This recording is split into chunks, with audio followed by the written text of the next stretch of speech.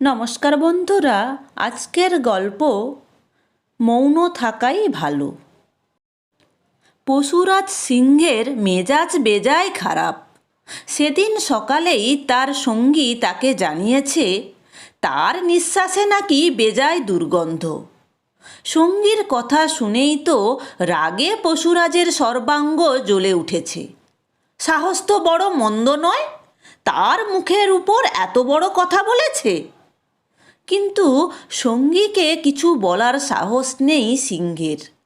সে যদি রেগে মেগে তাকে ছেড়ে চলে যায় তাহলে ভারী মুশকিল।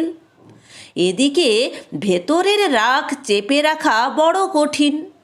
তাই গুহায় বসে বসে নিজের মনেই গর্জন করে চলল সিংহ। অনেকক্ষণ ধরে বন কাঁপানো গর্জন করার পর পশুরাজ ভাবল, সঙ্গীর কথাটা একটু যাচাই করেই দেখা যাক না সে ঠিক বলেছে কিনা।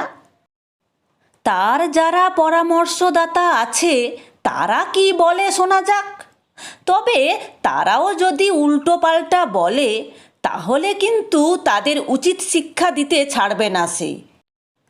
সঙ্গীর কথা মেনে নিয়েছে বলে অন্য কারুর আজেবাজে কথা শুনতে সে রাজি নয়।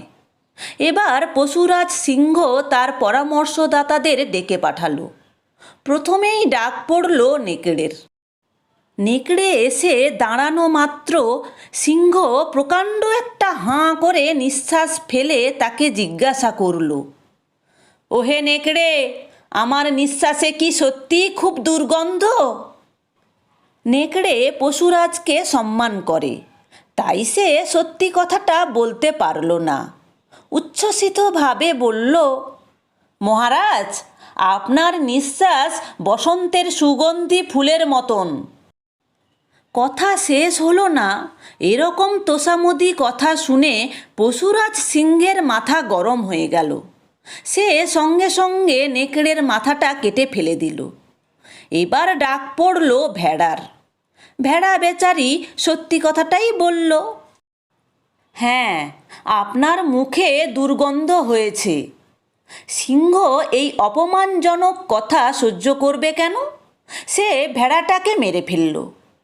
এরপর ডাক পড়ল শেয়ালের।